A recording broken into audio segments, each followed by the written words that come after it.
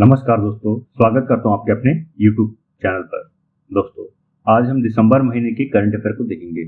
जैसा कि आप जानते हैं कि हर महीना मैं आपके लिए कुछ न कुछ करंट अफेयर से संबंधित चीजें लेकर आते रहता हूं। साथ ही साथ वीकली करंट अफेयर भी हम देखते हैं। तो आज हम इसी संदर्भ में दिसंबर माह के करंट अफेयर को देखेंगे, जो कि आपके एग्जाम के लिए बहुत ही इंपॉर्टेंट होने वाला है। देखिए, इसमें वही क्वेश्चन को रखा गया है जो बहुत ही ज्यादा इंपॉर्टेंट है और एग्जाम में आने लायक है। तो आप वीडियो पे अंत तक बने रहेंगे और पूरा वीडियो देखिएगा। चलिए तो वीडियो को शुरू करते हैं। देखिए, क्वेश्चन है, FIFA mail player of the year 2025 का खिताब किसे मिला? तो हाल ही में FIFA player of the year का खिताब दिया गया है और इसे प्राप्त करने वाला है ओस्मान डेम्बेले। आप यहाँ पे इमेज के माध्यम से भी देख सकते हैं ओस्मान डेम्बेले को। देखिए, यदि हम the best FIFA football award की बात करते हैं तो सर्वश्रेष्ठ फीफा महिला खिलाड़ी का पुरस्कार एटाना बोनमाटी को दिया गया है। पिछले साल भी इन्हें प्रदान किया गया था। वही फीफा का सर्वश्रेष्ठ पुरुष खिलाड़ी का पुरस्कार उस्मान डेम्बेले को दिया गया है। सर्वश्रेष्ठ गोलकीपर का पुरस्कार हन्ना हैम्पटन को दिया गया है और सर्वश्रेष्ठ पुरुष गोलकीपर का पुरस्कार जियान लुइगी डोनारुम्मा को दिया गया है। तो ये कुछ प्रमुख है, जिसमें से सबसे ज्यादा इंपॉर्टेंट है सर्वश्रेष्ठ महिला खिलाड़ी और सर्वश्रेष्ठ पुरुष खिलाड़ी। ठीक, तो ये तो इंपॉर्टेंट है, इसे आप जरूर याद रखें। अगला क्वेश्चन देखिए, फीफा महिला प्लेयर ऑफ द ईयर 2025 का खिताब किसने जीता? तो मैंने अभी आपको बताया एटाना बोनमाटी को यह पुरस्कार प्रदान किया गया है और वही पुरुष में तो ओस्मान डेम्बेले को दिया गया है। अगला क्वेश्चन देखिए यहाँ पे जितना भी क्वेश्चन है बहुत इंपॉर्टेंट है। वीडियो पे आप अंत तक बने रहेंगे। और हाँ दोस्तों, चैनल पे नए हैं तो चैनल को सब्सक्राइब करना बिल्कुल मत भूलिएगा, क्योंकि इसी तरह का वीडियो आपको हमेशा देखने को मिलता रहेगा। देखिए, खेलो इंडिया ट्राइबल गेम 2026 का आयोजन किस राज्य में किया जाएगा? तो खेलो इंडिया ट्राइबल गेम, देखिए इसकी घोषणा सरकार के द्वारा कर दिया गया है और इसका शुभंकर और थीम सॉन्ग भी जारी कर दिया गया है। तो इसका आयोजन जो है फरवरी माह में हमें देखने को मिलेगा। कहाँ? तो छत्तीसगढ़ राज्य में। तो छत्तीसगढ़ राज्य में जो पहले बस्तर ओलंपिक के नाम से खेल होता था, जो वहां के सरकार के द्वारा आयोजित किया जाता था, तो इसी बस्तर ओलंपिक को केंद्र सरकार के द्वारा खेलो इंडिया ट्राइबल गेम के नाम से संबोधन किया गया है। ठीक, और ये जो है छत्तीसगढ़ में आयोजित होगा। चलिए देखिए, इसका आयोजन जो है 14 फरवरी 2026 से होगा। कहां? तो छत्तीसगढ़ राज्य में। यदि हम इसके मस्कट या शुभंकर की बात करते हैं तो इसका शुभंकर का नाम है मोरवीर। आप यहाँ पे इमेज के माध्यम से भी देख सकते हैं मोरवीर को। यह नाम छत्तीसगढ़ के कल्चरल माहौल से गहराई से जुड़ता हुआ है, जो दो शब्द से मिलकर बना है। मोर, जिसका अर्थ होता है छत्तीसगढ़ी में मेरा या तो हमारा, और वही यदि हम बात करते हैं वीर का, तो वीर शब्द का अर्थ होता है बहादुरी का प्रतीक। तो मेरा बहादुर या मेरा बहादुरी या मेरा हिम्मत, तो इस तरह से आप इसका अर्थ निकाल सकते हैं। देखिए, इस ट्राइबल गेम में केवल और केवल जनजाति वर्ग के लोग ही हिस्सा लेंगे और इसमें कुल 7 खेल का आयोजन किया जाएगा, जिसमें तीरंदाजी, athletics, football, hockey, wrestling, swimming और वेट लिफ्टिंग। इसके साथ ही साथ 2 डेमोन्स्ट्रेशन स्पोर्ट्स भी होगा, जो भारत की पारंपरिक स्पोर्ट्स परंपराओं को दिखाएंगे। तो ये कुछ प्रमुख है खेलो इंडिया ट्राइबल गेम के बारे में। तो आप इसे जरूर याद रखिएगा, देखिएगा आपके एग्जाम में जरूर क्वेश्चन बनेगा। देखिए, एक और इंपॉर्टेंट क्वेश्चन, सारा का सारा क्वेश्चन इंपॉर्टेंट है। इसरो ने किस रॉकेट के जरिए 6100 किलोग्राम वजन के अमेरिकी सैटेलाइट ब्लूबर्ड ब्लॉक 2 को दिसंबर 2025 में लॉन्च किया है? तो हाल ही में इसका लॉन्च किया गया है। किसके द्वारा? तो इसरो के द्वारा इसका लॉन्च किया गया है। कहां से? तो श्रीहरिकोटा से किया गया है। देखिए, ये बहुत ही इंपॉर्टेंट है और इसरो के लिए बहुत ही ऐतिहासिक क्षण की भी बात रही है, क्योंकि 6100 किलोग्राम का पहली बार पेलोड को अंतरिक्ष में प्रक्षेपित किया गया है इसरो के माध्यम से। ठीक, तो यदि इसका लॉन्च व्हीकल की बात करते हैं तो LVM-3M6, तो इस लॉन्च व्हीकल के माध्यम से इसे प्रक्षेपित किया गया है। बहुत इंपॉर्टेंट और बहुत ही दमदार रॉकेट है ये। इसे वर्तमान में बाहुबली रॉकेट के नाम से भी जाना जा रहा है। देखिए, ब्लूबर्ड ब्लॉक 2 कम्युनिकेशन सैटेलाइट है। ये कहां का है, किस देश का है? तो ये अमेरिका का है। आप इसे याद रखिएगा। कब प्रक्षेपण हुआ? तो 24 दिसंबर 2025 को। कहां से? तो श्रीहरिकोटा स्थित सतीश धवन अंतरिक्ष केंद्र, आंध्र प्रदेश में पड़ता है। ये प्रक्षेपण कब करता? इसरो है। ब्लूबर्ड ब्लॉक 2 मिशन वैश्विक निम्न पृथ्वी कक्षा, कहां मतलब इसे प्रक्षेपित किया गया है? तो लियो में, यानी कि निम्न पृथ्वी कक्षा में इसे स्थापित किया गया है।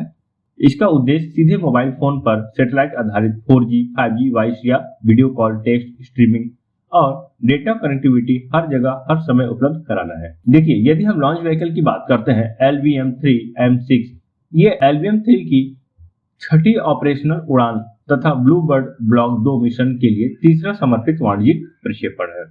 अब तक LVM-3 8 लगातार सफल उड़ानें पूरी कर चुका है, जिसमें चंद्रयान 2, चंद्रयान 3 जैसे महत्वपूर्ण मिशन भी इसमें शामिल है। देखिए, बाहुबली रॉकेट, इसकी ऊंचाई 43.5 मीटर, कुल वजन 4200 किलोग्राम है और इसकी स्थापना मतलब जो पेलोड लेकर गया उसे लियो है ना, मतलब लोअर अर्थ ऑर्बिटर में प्रक्षेपित किया गया है। इसरो की बात करते हैं तो इसकी स्थापना 1969 में होता है, मुख्यालय बेंगलुरु है और वर्तमान अध्यक्ष वी नारायणन है। अगला क्वेश्चन देखिए, जूनियर पुरुष हॉकी वर्ल्ड कप 2025 में भारत ने इनमें से कौन सा पदक जीता? तो भारत कौन सा पदक जीता है? तो भारत जो है ये ब्रॉन्ज मेडल प्राप्त किया है। देखिए, जूनियर मेंस हॉकी विश्व कप 2025 ये इसका 14वां संस्करण था, जो 28 नवंबर से 10 दिसंबर 2025 तक हुआ। कहां इसका आयोजन किया गया? तो इसका आयोजन तमिलनाडु भारत में किया गया है। विजेता जर्मनी है, जो कि 8 बार अब तक इस खिताब को अपने नाम किया है, वही स्पेन उप विजेता है। भारत को इसमें कांस्य पदक प्राप्त होता है। चलिए अब हम देखते हैं FIH यानी कि इंटरनेशनल हॉकी फेडरेशन के बारे में।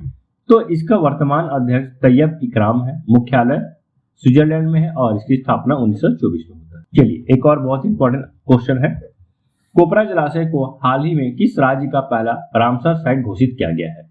देखिए, कोपरा जलाशय ये छत्तीसगढ़ राज्य में स्थित है। तो छत्तीसगढ़ राज्य के बिलासपुर जिला में पड़ता है और बिलासपुर जिला के यदि हम ब्लॉक की बात करते हैं तो तखतपुर, तो बिलासपुर के तखतपुर ब्लॉक में पड़ता है ये कोपरा जलाशय और यह जो है छत्तीसगढ़ राज्य का पहला रामसर साइट है।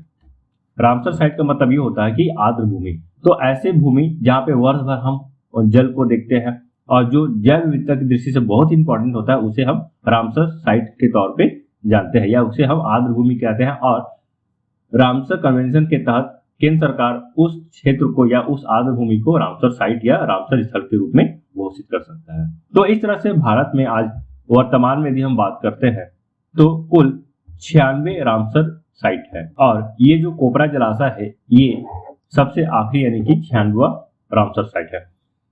छत्तीसगढ़ ने पर्यावरण संरक्षण के क्षेत्र में एक ऐतिहासिक उपलब्धि हासिल की है, ठीक, बहुत इंपॉर्टेंट है। यदि हम इसके कुल क्षेत्रफल की बात करते हैं तो देखिए इसका कुल क्षेत्रफल है 210 हेक्टेयर।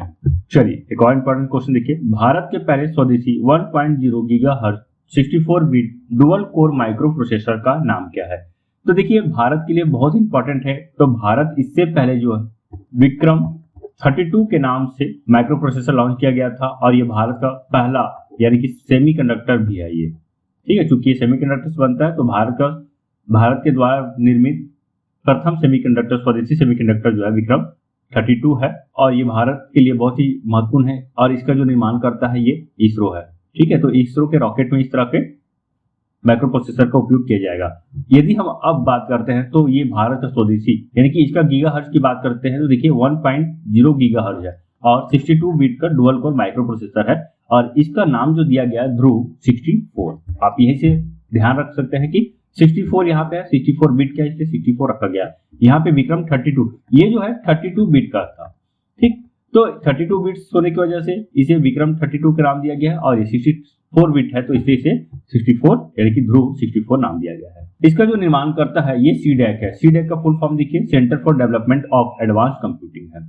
यह रक्षा, अंतरिक्ष और संवेदनशील सरकारी प्रणालियों में उपयोग होगा। अगला क्वेश्चन, लगातार दूसरी बार WTA player of the year किसने जीता है? तो देखिए इस पुरस्कार को जीतने वाला है आर्यना सबलेंका। ये मशहूर टेनिस खिलाड़ी है और ये देखिए कहाँ के रहने वाले, तो ये बेलारूस के रहने वाली है। चलिए अगला क्वेश्चन, किस खाड़ी देश ने हाल ही में प्रधानमंत्री नरेंद्र मोदी को अपने सर्वोच्च राष्ट्रीय सम्मान से सम्मानित किया गया है? तो ये प्रधानमंत्री नरेंद्र मोदी के लिए बहुत इंपॉर्टेंट है क्योंकि भारत की सबसे प्रमुख प्रधानमंत्रियों में से एक इन्हें गिना जाता है। अब तक कुल 29 विदेशी सम्मान प्राप्त कर चुके हैं और हाल ही में इन्हें ओमान से यह पुरस्कार प्रदान किया गया है। यदि हम इस पुरस्कार का नाम की बात करते हैं तो ऑर्डर ऑफ ओमान, जो कि प्रथम श्रेणी से का सम्मान है ये। जैसे हमारे यहाँ प्रथम श्रेणी का पुरस्कार की बात करते हैं, सम्मान की बात करते हैं, तो ये भारत रत्न है। तो देख सकते हैं इस तरह से प्रधानमंत्री नरेंद्र मोदी को अब तक कुल 29 ग्लोबल ऑनर मिल चुका है। चलिए अगला क्वेश्चन देखिए, किस राज्य ने पहली बार सैयद मुश्ताक अली ट्रॉफी जीती है? तो पहली बार सैयद मुश्ताक अली ट्रॉफी झारखंड राज्य, तो झारखंड हरियाणा को 69 रन से हराकर पहली बार सैयद मुश्ताक अली ट्रॉफी जीत ली है। सैयद मुश्ताक अली ट्रॉफी, इसका प्रारंभ 2007 में हुआ था। 2010 में महान क्रिकेटर सैयद मुश्ताक अली के सम्मान में इसका नाम बदला गया और इसे सैयद मुश्ताक अली ट्रॉफी का नाम दे दिया। लगातार दूसरा महिला कबड्डी विश्व कप किस देश ने जीता है? तो देखिए लगातार दूसरी बार भारत देश जो है ये कबड्डी विश्व कप अपने नाम किया है। यह जो इसका दूसरा संस्करण है, पहला संस्करण साल 2012 में आयोजित किया गया था और यह जो दूसरा संस्करण है 17 नवंबर से 24 नवंबर तक चला। कहाँ? तो ढाका बांग्लादेश में। विजेता भारत और उप विजेता चीन है। और देखिए यहाँ पे संजू देवी जो कि छत्तीसगढ़ की महिला कबड्डी खिलाड़ी है और यहाँ पे बहुत ही महत्वपूर्ण रोल निभाई है और इसी के तहत इसे मोस्ट वैल्यूएबल खिलाड़ी के तौर पे भी चुना गया है। 2012 में भारत जीता और उप विजेता ईरान रहा। 2025 में भारत फिर से विजेता बना और चीनी ताइपे उप विजेता रहा है। चलिए एक और इंपॉर्टेंट क्वेश्चन देखिए, खेलो इंडिया यूनिवर्सिटी गेम 2025 के शुभंकर का नाम बताइए। तो शुभंकर का जो नाम है, देखिए इसका जो नाम है खम्मा और घड़ी। आप यहाँ पे देख सकते हैं खम्मा और घड़ी को। ये एक ऊंट है। इसका समापन 5 दिसंबर को हुआ और 24 नवंबर से ये प्रारंभ हुआ था। इस खेल में चंडीगढ़ यूनिवर्सिटी प्रथम स्थान पर रहा, जहां चंडीगढ़ यूनिवर्सिटी 42 स्वर्ण, 14 रजत और 11 कांस्य सहित कुल 67 पदक के साथ खेलो इंडिया यूनिवर्सिटी गेम को अपने नाम किया और ये कुल 3 बार इस चैंपियनशिप में विजेता बने हैं। वही उप विजेता की बात करते हैं तो लवली प्रोफेशनल यूनिवर्सिटी ये 32 स्वर्ण, 25 रजत और 22 कांस्य पदक के साथ दूसरे स्थान पर रहा है। उप विजेता नहीं बोल लेंगे इसे, ये प्रथम स्थान पर है चंडीगढ़ यूनिवर्सिटी और professional university lovely professional university ये दूसरा स्थान पर है। खेलो इंडिया यूनिवर्सिटी गेम का आयोजन राजस्थान के 7 शहरों में किया गया, जयपुर, अजमेर, उदयपुर, जोधपुर, बीकानेर, कोटा और भरतपुर। ठीक, शुभंकर, खम्मा और घड़ी है। चलिए बहुत इंपॉर्टेंट क्वेश्चन है, किसे पहले फीफा शांति पुरस्कार सम्मानित किया गया? तो देखिए पहले यह जो फीफा शांति पुरस्कार है ये इसका प्रथम संस्करण है, पहली बार इसे दिया जा रहा है और इसे डोनाल्ड ट्रंप को दिया गया। आप जानते होंगे कि डोनाल्ड ट्रंप जो है नोबेल का शांति पुरस्कार प्राप्त करने के लिए काफी जोर लगाए, कोशिश किए और नहीं मिला, तो आप ऐसा समझिए कि नया पुरस्कार बनाया गया और इस पुरस्कार को डोनाल्ड ट्रंप को दे दिया गया। तो ऐसा कुछ कहा जा रहा है। फीफा शांति पुरस्कार डोनाल्ड ट्रंप को प्रदान किया गया, आप यहाँ पे आप देख सकते हैं। ठीक है, प्रथम संस्करण है, किसके द्वारा दिया गया? तो फीफा के द्वारा दिया गया है। किसे? तो डोनाल्ड ट्रंप को दिया गया है। चलिए बहुत इंपॉर्टेंट क्वेश्चन है, देखिए मैं बार बार बोल रहा हूँ यहाँ पे जितना भी क्वेश्चन है ना सारे के सारे इंपॉर्टेंट है। आप सारा क्वेश्चन को देखिए और आपको खुद महसूस होगा कि हाँ ये अच्छे लेवल का इंपॉर्टेंट क्वेश्चन है।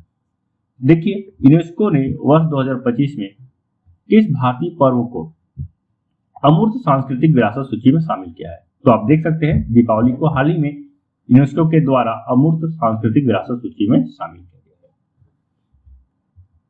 और इस तरह से भारत में वर्तमान में कुल 16 अमूर्त सांस्कृतिक विरासत तत्व स्थित है। ठीक, तो हाल ही में दीपावली को किया गया है।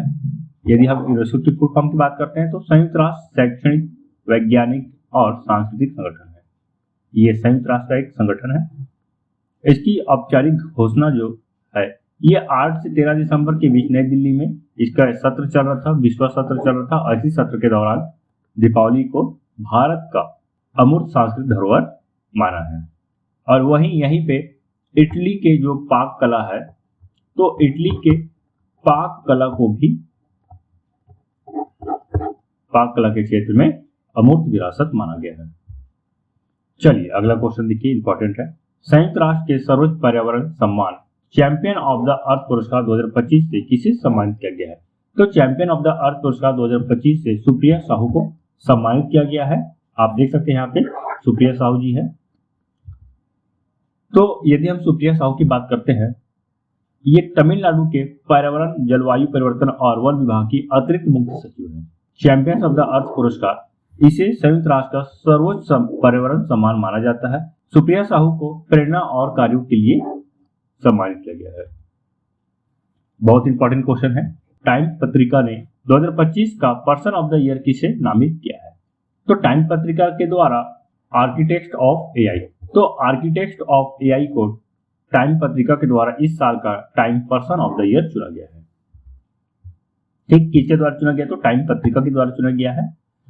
देखिए, टाइम मैगजीन ने द आर्किटेक्ट ऑफ एआई को 2025 का पर्सन ऑफ द ईयर नामित किया है, जो कृत्रिम बुद्धिमत्ता नवाचार को चलाने वाले प्रमुख व्यक्तियों के विशाल वैश्विक प्रभाव को उजागर करता है। और अन्य पुरस्कार देखते हैं, टाइम मैगजीन के द्वारा हाल ही प्रदान किया गया है। तो इसमें है time kid of the year 2025, इसे तेजस्वी मनोज को दिया गया है। सीईओ ऑफ द ईयर नील मोहन को दिया गया है। एथलीट ऑफ द ईयर एजा विल्सन को दिया गया है। Time entertainment of the year Leonardo DiCaprio को दिया गया है। तो ये प्रमुख है, पूछा जाता है और सबसे ज्यादा इंपॉर्टेंट है time person of the year. चलिए अगला क्वेश्चन देखिए, टाइम मैगजीन के द्वारा एथलीट ऑफ द ईयर 2025 किसे चुना गया है? मैंने अभी आपको बताया, टाइम पत्रिका के द्वारा एथलीट ऑफ द ईयर एजा विल्सन को चुना गया है। अगला क्वेश्चन देखिए, गणतंत्र दिवस समारोह 2026 जो अब आने वाला है, इसमें मुख्य अतिथि के तौर पे किसे निमंत्रण दिया गया है और किसने निमंत्रण स्वीकार किया है? तो देखिए, इस एंटोनियो कोस्टा और उर्सुला वान डेर लेयन को मुख्य अतिथि के तौर पे आमंत्रण दिया गया है। तो इस तरह से इसका सही उत्तर हो जाएगा option number D, both A and B.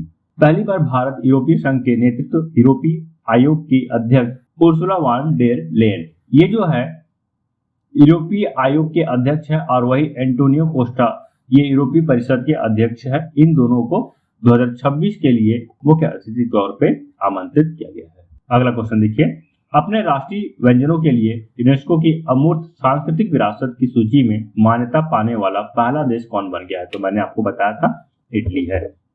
तो इटली के पाक कला को अमूर्त सांस्कृतिक विरासत की सूची में शामिल किया गया है, और ये जो है ऐसा पहला देश है। अगला क्वेश्चन, ब्लूमबर्ग 2025 की सबसे अमीर परिवारों की सूची में शामिल होने वाला भारत का एकमात्र परिवार कौन बन गया है? तो अंबानी परिवार है जो ब्लूमबर्ग 2025 की सबसे अमीर परिवारों की सूची में शामिल है, और इसे इस सूची में 8वें नंबर पर रखा गया है। इस रिपोर्ट के अनुसार अंबानी परिवार के पास कुल 9,57,000 करोड़ रुपए है, जो इन्हें दुनिया के सबसे अमीर परिवारों में शामिल कर। और सबसे प्रथम स्थान पर है वाल्टन परिवार। वाल्टन परिवार की कुल संपत्ति 42.8 लाख करोड़ है, यानी कि 513.4 बिलियन अमेरिकी डॉलर। चलिए अगला क्वेश्चन देखिए, बहुत इंपॉर्टेंट क्वेश्चन है ये। संसद में मनरेगा के स्थान पर पारित किए गए विकसित भारत जी राम जी विधेयक 2025 के अनुसार वर्ष में कितने दिनों के रोजगार की वैधानिक गारंटी दी गई है? तो देखिए, इसका फुल फॉर्म है विकसित भारत गारंटी रोजगार एवं आजीविका मिशन ग्रामीण। राष्ट्रपति द्रौपदी मुर्मू के द्वारा 21 दिसंबर को ही इस पर हस्ताक्षरित कर दिया गया है, मंजूरी दे दिया गया है। तो इस तरह से ये एक्ट बन गया है, और इस एक्ट के तहत 125 दिन के रोजगार गारंटी रोजगार का प्रावधान किया गया है। इससे पहले जो है 100 दिनों तक का रहता था। ठीक, याद रखेंगे, विकसित भारत गारंटी फॉर रोजगार एंड आजीविका मिशन ग्रामीण, इसका फुल फॉर्म है। राष्ट्रपति के द्वारा मंजूरी प्रदान किया गया है, अभी विधेयक कानून बन गया है। विधेयक के तहत या इस कानून के तहत 125 दिन की वैधानिक मजदूरी रोजगार मिलेगा। अगला क्वेश्चन देखिए, भारत और किस देश के बीच एविया इंद्र 2025 नामक संयुक्त हवाई अभ्यास किया गया? तो एविया इंद्र 2025 भारत और रूस के मध्य किया गया। एविया इंद्र भारत और रूस के मध्य किया गया 15 से 22 दिसंबर 2025 तक। इसका उद्देश्य था द्विपक्षीय सहयोग, आपसी समझ और हवाई क्षमताओं में तालमेल बढ़ाना, जिसमें सुखोई 30 MKI तेजस जैसे विमानों का उपयोग किया गया। अगला क्वेश्चन देखिए, किस देश ने सीरिया में ISIS आतंकवादियों के खिलाफ ऑपरेशन हॉक आई शुरू किया गया? तो ऑपरेशन हॉक आई जो है ये अमेरिका के द्वारा शुरू किया गया है सीरिया में। BWF वर्ल्ड टूर फाइनल 2025 में सात्विक साईराज रंकीरेड्डी और चिराग शेट्टी ने कौन सा पदक जीता है? तो देखिए, इन्हें कांस्य पदक प्राप्त हुआ है। देखिए, सेमीफाइनल में भारत कि सात्विक साईराज रंकीरेड्डी और चिराग शेट्टी की पुरुष युगल जोड़ी को चीन के लियांग वई केंग और वान चांग से हार का सामना करना पड़ा। अगला क्वेश्चन, निम्न में से कौन 700 बिलियन डॉलर की संपत्ति तक पहुंचने वाले दुनिया के पहले व्यक्ति बन गए हैं? तो देखिए इसका जो सही उत्तर हो जाएगा एलन मस्क। एलन मस्क की जब बात करते हैं तो ये स्पेस एक्स और टेस्ला के सीईओ है। इसका नेटवर्थ जो है 700 अरब डॉलर है। देखिए अगला क्वेश्चन, 4000 T20 इंटरनेशनल रन बनाने वाली पहली एशियाई खिलाड़ी बन गई है। तो ये स्मृति मंधाना है। ये T20 इंटरनेशनल रन कुल 4000 बना चुकी है और ऐसा करने वाली दुनिया की दूसरी महिला खिलाड़ी है और एशिया की प्रथम। अगला क्वेश्चन, किस देश ने दुनिया के सबसे बड़े परमाणु संयंत्र काशीवाजा की कारिवा को फिर से शुरू करने की मंजूरी दे दी है? तो इसका जो सही उत्तर हो जाएगा जापान है। तो जापान दुनिया के सबसे बड़े परमाणु ऊर्जा संयंत्र काशीवाजा की कारिवा पुनः चालू करने का निर्णय लिया है। 2011 में इसे बंद कर दिया गया था। यहाँ फुकुशिमा परमाणु दुर्घटना हुआ था, लेकिन अब 2025 में इसे फिर से चालू करने का निर्णय लिया गया है। यह निर्णय देश की बदलती ऊर्जा रणनीति को दर्शाता है, जिसमें ऊर्जा आपूर्ति की सुरक्षा, बढ़ती लागत पर नियंत्रण एवं कार्बन उत्सर्जन में कमी को प्राथमिकता दी जा रही है। और यदि हम भारत की बात करते हैं तो भारत भी हाल ही में शांति विधेयक, याद रखेंगे, शांति विधेयक पारित किया है। अभी एक एक्ट बन गया है शांति विधेयक 2025। तो इसके तहत भारत सरकार का राष्ट्रीय परमाणु मिशन को प्राप्त करने के लिए महत्वपूर्ण प्रावधान किया गया, जिसके तहत 2047 तक भारत 100 गीगावाट का परमाणु ऊर्जा प्राप्त करेगा। क्योंकि परमाणु ऊर्जा जो है ये क्लीन एनर्जी होता है, किसी प्रकार का ये हानिकारक गैस उत्सर्जित नहीं करता, इसलिए इसे भारत सरकार के द्वारा भी बढ़ावा दिया जा रहा है। अभी वर्तमान में भारत सरकार के द्वारा 8.78 गीगावाट का परमाणु ऊर्जा उत्पन्न कर रहा है। 2047 में इसे 100 गीगावाट करने का लक्ष्य है। चलिए अगला क्वेश्चन देखिए, हाल ही में विनोद कुमार शुक्ल का निधन हुआ, ये कौन है? तो विनोद कुमार शुक्ल का हाल ही में निधन हुआ है और ये साहित्यकार है, छत्तीसगढ़ के निवासी हैं। इनका जन्म 1 जनवरी 1937 को होता है और निधन 23 दिसंबर 2025 को। हाल ही में इसे ज्ञानपीठ पुरस्कार से भी सम्मानित किया गया है। ठीक, याद रखेंगे, राजनांदगांव में इनका जन्म होता है। इनकी पहली कविता लगभग जय हिंद 1971 में प्रकाशित हुई, जिसने हिंदी साहित्य में उनके उल्लेखनीय सफर की शुरुआत की। उनके उल्लेखनीय उपन्यासों में दीवार में एक खिड़की रहती थी, नौकर की कमीज खिलेगा तो देखेगा, तो ये प्रमुख उपन्यास है जो एग्जाम में भी पूछा जा चुका है। और इनका फिल्म नौकर की कमीज को निर्माता मणिकौल 1979 में बॉलीवुड फिल्म भी बनाई है। और इन्हें दीवार में एक खिड़की रहती थी के लिए साहित्य अकादमी पुरस्कार से भी सम्मानित किया गया है। और मैंने बताया 2025 में, क्योंकि ये 2024 पिछला वर्ष का था पुरस्कार, तो इस बार दिया गया। तो 59वें ज्ञानपीठ पुरस्कार से सम्मानित किया गया और ये छत्तीसगढ़ के पहले लेखक है जिन्हें यह पुरस्कार प्रदान किया गया है और 12वें हिंदी लेखक है जो ज्ञानपीठ पुरस्कार से सम्मानित हुए हैं। चलिए, बहुत इंपॉर्टेंट क्वेश्चन है। सुप्रीम कोर्ट ने अरावली पर्वतमाला क्षेत्र की कितनी ऊंची पहाड़ियों को इसका हिस्सा होने की परिभाषा तय की, जिसके व्यापक विरोध के बाद केंद्र ने राज्यों से नई खनन लीज जारी न करने को कहा है। तो देखिए इसका जो है ये 100 मीटर है। तो यानी कि यदि कोई अरावली पर्वतमाला का किसी स्थान की ऊंचाई 100 मीटर से कम है तो उसे अरावली पर्वत की परिभाषा से बाहर निकाल दिया गया, उसे अरावली पर्वत नहीं माना जाएगा और वहां पे खनन किया जा सकता है। तो इस तरह से काफी चर्चा चल रहा था, चूंकि पर्यावरण मंत्रालय के इस परिभाषा को सुप्रीम कोर्ट के द्वारा भी मान लिया गया था, तो इसका बहुत ही ज्यादा देश भर में किरकिरी हुई और आज वर्तमान में सुप्रीम कोर्ट के द्वारा अपने ही निर्णय पे स्टे लगा दिया गया है और नया एक कमेटी बैठाया गया है ताकि अरावली पर्वतमाला का संरक्षण और संवर्धन कर सके। देखिए, यदि हम अरावली पर्वतमाला की बात करते हैं तो ये भारत के 4 प्रमुख राज्यों में फैली हुई है, जिसमें राजस्थान, गुजरात, दिल्ली और हरियाणा है। यदि इसकी 80% हिस्सा की बात करें तो ये राजस्थान और गुजरात, तो इन 2 राज्यों में इसका 80% हिस्सा है और केंद्र शासित प्रदेश दिल्ली में और हरियाणा में 20% है। ठीक, याद रखेंगे। और अरावली पर्वतमाला की सबसे ऊंची चोटी है गुरु शिखर, तो इसकी कुल ऊंचाई है 1722 मीटर। चलिए अगला क्वेश्चन देखिए, विशाखापट्टनम में आयोजित पेशा महोत्सव 2025 का शुभांकर क्या है? तो विशाखापट्टनम में आयोजित किया गया है पेशा महोत्सव, और इसकी यदि हम शुभंकर की बात करते हैं तो कृष्णा जिंका है। ठीक, कृष्णा जिंका जो काला हिरण है तो इसे शुभंकर बनाया गया है, याद रखेंगे। यदि हम पेशा महोत्सव की बात करें तो इसका उद्देश्य था जनजाति समुदायों के स्वशासन, उनकी सांस्कृतिक विरासत एवं अधिकारों के प्रति जागरूकता को बढ़ाना। कब हुआ? तो 23-24 दिसंबर 2025 को हुआ है, विशाखापट्टनम में हुआ है। इस महोत्सव में कुल 10 जो प्रमुख पेशा राज्य है उन्हें शामिल किया गया, जिसमें आंध्र प्रदेश, छत्तीसगढ़, गुजरात, हिमाचल प्रदेश, झारखंड, मध्य प्रदेश, महाराष्ट्र, उड़ीसा, राजस्थान और तेलंगाना। याद रखेंगे, छत्तीसगढ़ 10वां राज्य है जो पेशा अधिनियम को पारित किया है, पेशा एक्ट अपने राज्य में लागू किया हुआ है। चलिए अगला क्वेश्चन देखिए, किस देश में राष्ट्रमंडल खो खो चैंपियनशिप 2026 का आयोजन किया जाएगा?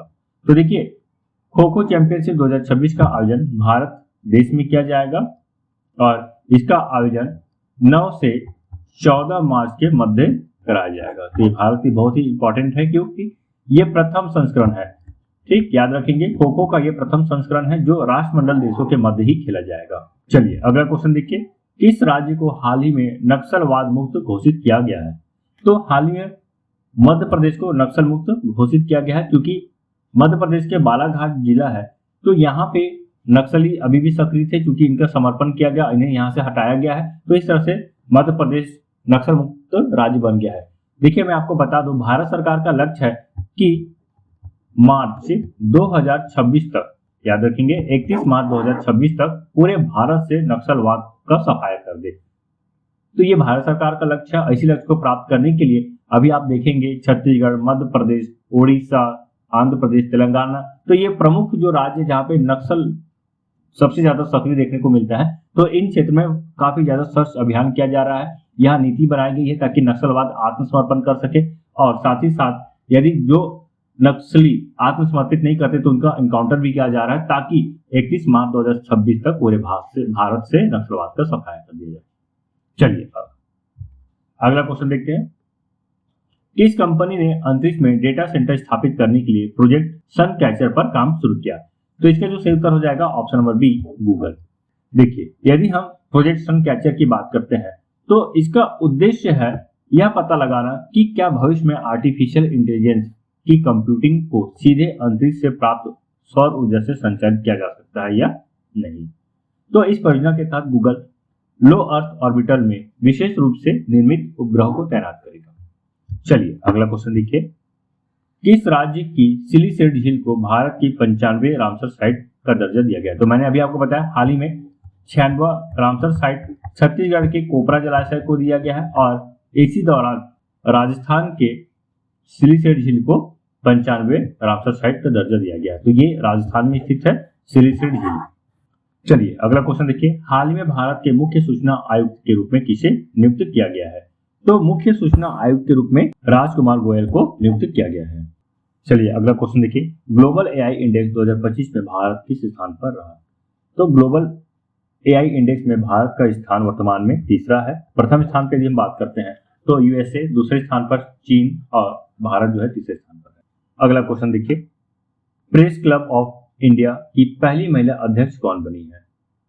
तो इसका सही उत्तर हो जाएगा संगीता बरुआ। तो संगीता बरुआ को प्रेस क्लब ऑफ इंडिया की पहली महिला अध्यक्ष चुना गया है। अगला क्वेश्चन देखिए, किसे टाइम मैगजीन द्वारा time entertainer of the year 2025 चुना गया है? तो देखिए इसका जो सही उत्तर हो जाएगा लियोनार्डो डिकैप्रियो। तो इन्हें time entertainer of the year 2025 चुना गया है।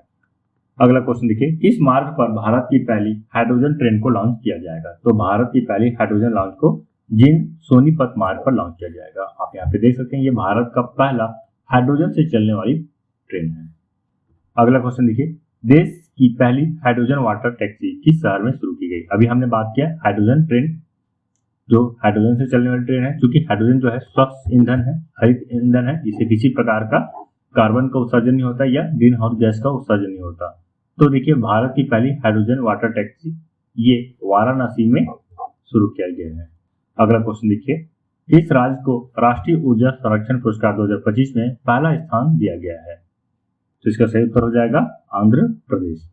आंध्र प्रदेश को केंद्र सरकार के द्वारा राष्ट्रीय ऊर्जा संरक्षण पुरस्कार 2025 में प्रथम स्थान दिया गया है। देखिए यह जो पुरस्कार है ऊर्जा संरक्षण के क्षेत्र में केंद्र सरकार के द्वारा दिया जाता है और इस पुरस्कार को राष्ट्रपति द्रौपदी मुर्मू के द्वारा प्रदान किया गया, आप यहाँ पे देख सकते हैं। अगला क्वेश्चन देखिए, आईपीएल के इतिहास के सबसे महंगे विदेशी खिलाड़ी कौन बने हैं? तो सबसे महंगे विदेशी खिलाड़ी ये कार्मन ग्रीन बने हैं। ठीक, याद रखेंगे।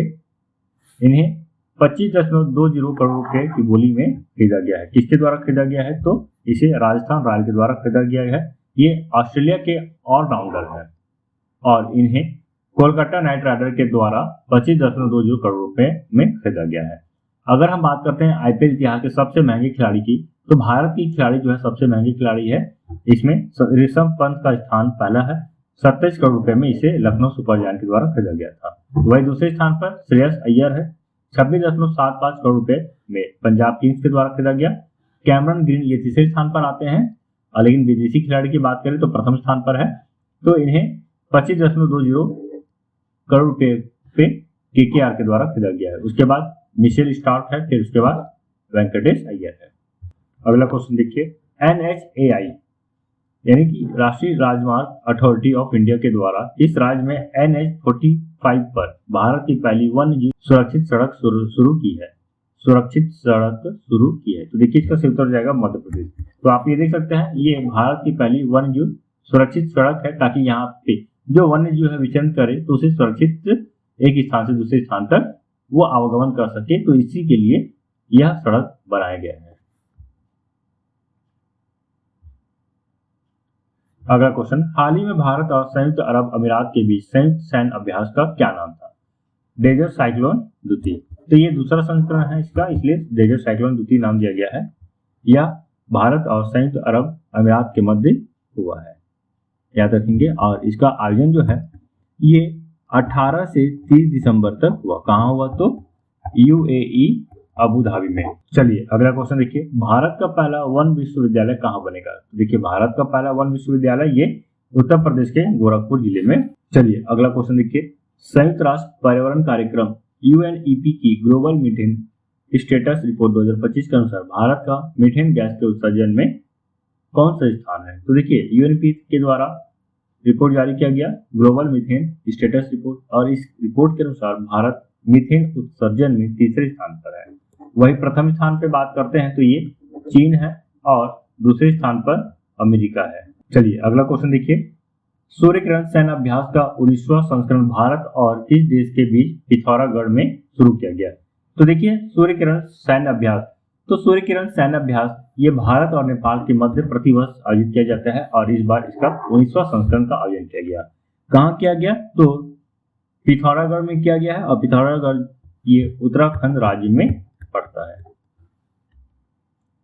देखिए संस्करण 19वां है, आयोजन तिथि 25 नवंबर से 8 दिसंबर 2025 तक, पिथौरागढ़ उत्तराखंड में हुआ। इसमें भारत और नेपाल शामिल हुए। अगला question, Indian of the year 2025 से किसे सम्मानित किया गया? तो इंडियन ऑफ द ईयर 2025 से जय शाह के द्वारा जय शाह को सम्मानित किया गया है। यदि हम जय शाह की बात करते हैं तो ये ICC इंटरनेशनल क्रिकेट काउंसिल के प्रेसिडेंट है। ICC के सबसे यंगेस्ट प्रेसिडेंट में इन्हें जाना जाता है। अगला क्वेश्चन देखिए, WPL यानी कि वुमेन प्रीमियर लीग। देखिए हर साल IPL और WPL दोनों होता है और इस बार IPL का नीलामी हो चुका है और WPL का भी नीलामी हो चुका है और आने वाले समय में हम इन दोनों महत्वपूर्ण खेल को देखेंगे जो T20 प्रारूप का खेल है और काफी ज्यादा इसमें दर्शकों की भीड़ रहती है और देखने वाले की कमी नहीं रहती। ठीक है, याद रखेंगे कि इस तरह का जो WPL है या IPL है इसमें कई देशों को के खिलाड़ियों को एक साथ एक समूह में है ना टीम बनाकर खिलाया जाता है। और यदि हम WPL की बात करते हैं तो WPL में कुल 5 टीम है और वही IPL की बात करते हैं तो IPL में कुल 10 टीम है। ठीक, तो सबसे महंगी भारतीय खिलाड़ी ये दीप्ति शर्मा है। दीप्ति शर्मा हाल ही में जो वनडे इंटरनेशनल मैच हुआ था इसमें बहुत ही महत्वपूर्ण भूमिका निभाई है। तो WPL में दीप्ति शर्मा को यूपी वॉरियर के द्वारा 3.20 करोड़ रुपए में खरीदा है। अगला क्वेश्चन देखिए, चक्रवात दित्वा के बाद श्रीलंका में भारत द्वारा भेजे गए सहायता मिशन का नाम क्या है? तो इस सहायता मिशन का नाम है ऑपरेशन सागर बंधु। तो हाल ही में श्रीलंका में चक्रवात बिस्वा ने काफी ज्यादा तबाही मचाई है और इसी चीज के लिए वहां जो नुकसान हुआ है उसकी भरपाई के लिए राहत पहुंचाने के लिए भारत सरकार के द्वारा ऑपरेशन सागर बंधु चलाया गया। अगला क्वेश्चन देखिए, एशिया पावर इंडेक्स 2025 में भारत का कौन सा स्थान है? तो एशिया पावर इंडेक्स 2025 में भारत का स्थान तीसरा है। इससे पहले हमने देखा तो उसमें भी भारत का स्थान, ग्लोबल मीथेन उत्सर्जन में भारत का स्थान तीसरा था, पावर इंडेक्स में भी, एशिया पावर इंडेक्स में भी भारत का स्थान तीसरा है। यदि हम प्रथम स्थान की बात करते हैं तो प्रथम स्थान पर अमेरिका है और दूसरे स्थान पर चीन है, चौथे स्थान पर जापान और पांचवें स्थान पर रूस है। देखिए अगला क्वेश्चन, सैयद मोदी अंतरराष्ट्रीय बैडमिंटन टूर्नामेंट में महिला डबल्स का खिताब किसने जीता? तो देखिए इसका जो सही उत्तर हो जाएगा गायत्री गोपीचंद और त्रिशा जॉली। तो गायत्री गोपीचंद और त्रिशा जॉली को सैयद मोदी अंतरराष्ट्रीय बैडमिंटन टूर्नामेंट के महिला डबल्स का खिताब अपने नाम किया है। चलिए अगला क्वेश्चन देखिए, किस देश की टीम ने Sultan Azlan Shah hockey cup 2025 जीता? तो देखिए इसका सही उत्तर हो जाएगा ऑप्शन नंबर बी, बेल्जियम। तो बेल्जियम भारत को हराकर इस खिताब को अपने नाम किया है। ठीक, इसका आयोजन मलेशिया में हुआ 23 से 30 नवंबर तक। बेल्जियम का यह टूर्नामेंट में पहला खिताब था। भारत 6 साल बाद लौटा और लगातार दूसरी बार उप विजेता बना। भारत के पास कुल 5 खिताब है, ऑस्ट्रेलिया के पास 10 खिताब है और ऑस्ट्रेलिया इस खिताब के साथ पहले स्थान पर है।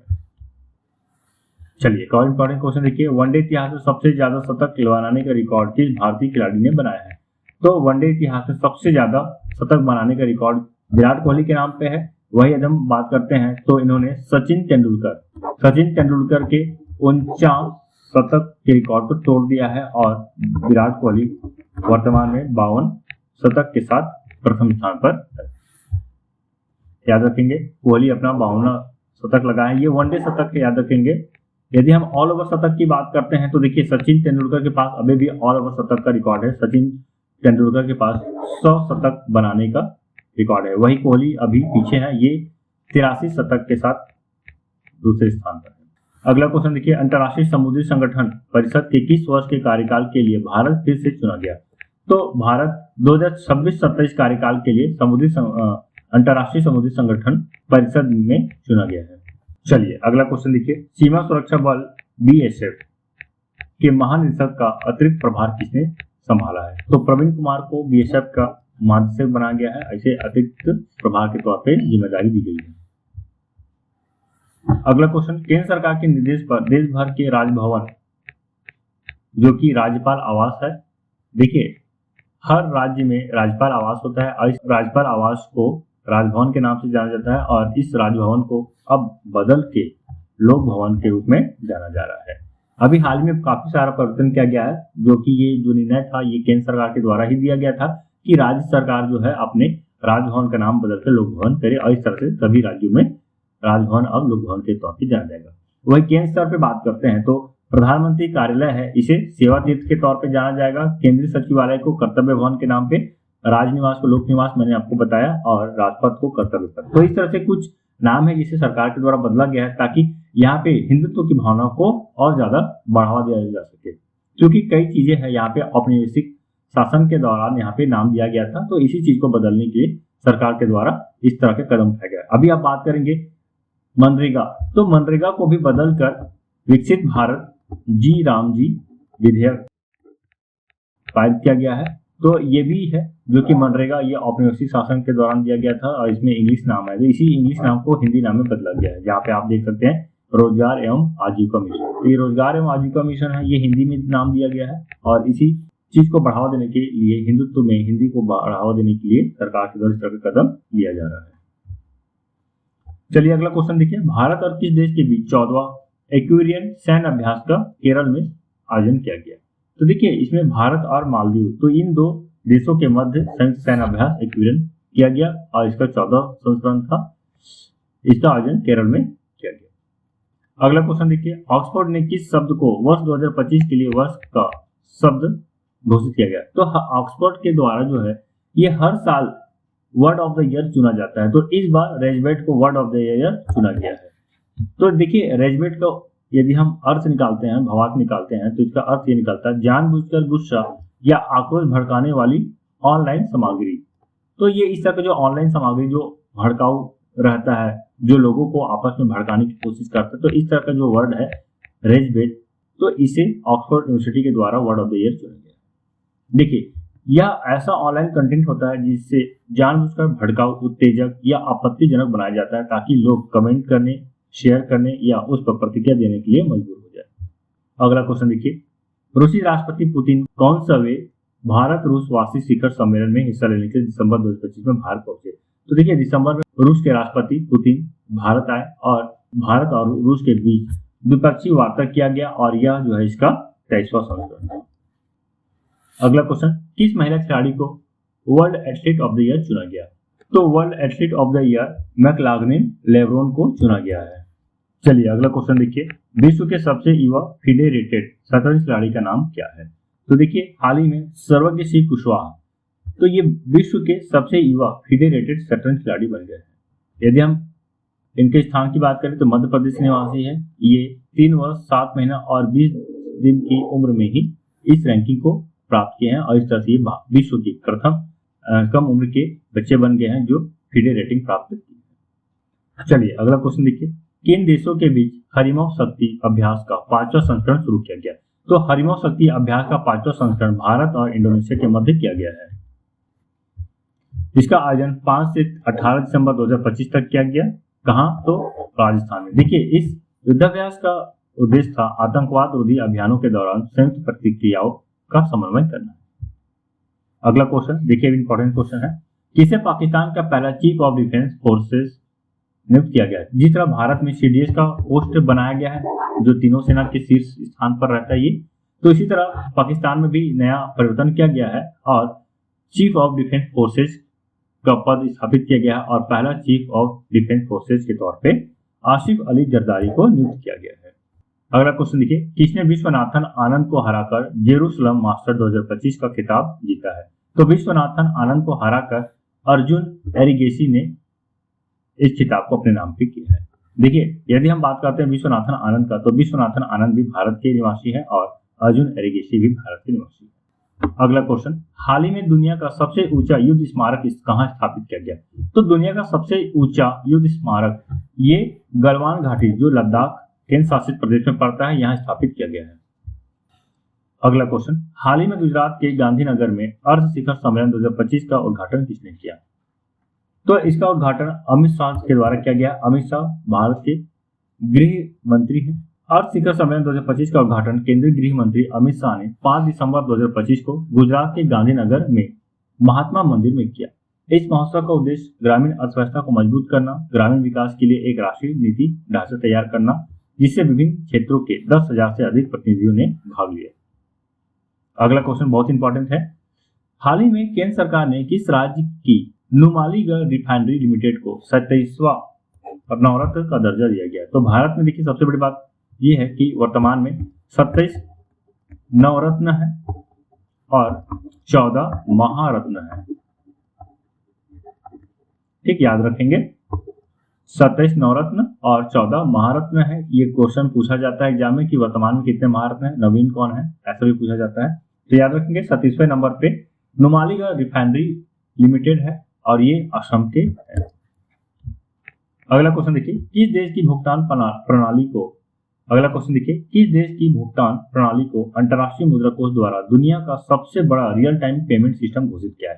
तो भारत का जो यूपीआई है इसे सबसे बड़ा रियल टाइम पेमेंट सिस्टम किया गया है। देखिए, यहाँ पे भारत में कुल इसे प्रतिशत मिला है, 49% मिला है। ये 129.3 इसका वैल्यू है। ठीक, याद रखेंगे। अगला क्वेश्चन देखिए, पेटा इंडिया का पर्सन ऑफ द ईयर 2025 पुरस्कार किसे प्रदान किया गया? तो पेटा इंडिया का पर्सन ऑफ द ईयर 2025 का पुरस्कार रविंद्र टंडन को प्रदान किया गया है। ये बहुत ही प्रमुख पुरस्कार है। देखिए, यह सम्मान रविंद्र टंडन को उसके पशु अधिकारों के प्रति समर्पण, मानवीय शिक्षा की समर्थन, वन्य जीव सुरक्षा के लिए किए गए प्रयासों और सभी जीवों के प्रति करुणा को बढ़ावा देने के लिए दिया गया। अगला क्वेश्चन, टाइम मैगजीन ने सीईओ ऑफ द ईयर 2025 का सम्मान किसे दिया गया? तो टाइम मैगजीन के द्वारा, मैंने अभी आपको शुरू में बताया, टाइम मैगजीन के द्वारा काफी सारा सम्मान प्रदान किया गया जिसमें सबसे महत्वपूर्ण है पर्सन ऑफ द ईयर। ठीक इसी तरह टाइम मैगजीन के सीईओ ऑफ द ईयर इस पुरस्कार से नील मोहन को सम्मानित किया गया है और नील मोहन जो है यूट्यूब के सीईओ है। तो दोस्तों यहीं तक हमारा वीडियो आपको कैसा लगा प्लीज कमेंट करके जरूर बताइएगा। यदि आपको वीडियो पसंद आता है तो वीडियो को जरूर लाइक कीजिए और चैनल पर नए हैं तो चैनल को सब्सक्राइब करना बिल्कुल मत भूलिएगा, क्योंकि इसी तरह का वीडियो मैं आपके लिए लेकर आते रहता हूँ। तो मिलते हैं एक नए वीडियो के साथ, तब तक के लिए बाय बाय, मस्त रहिए, मस्त पढ़िए, धन्यवाद।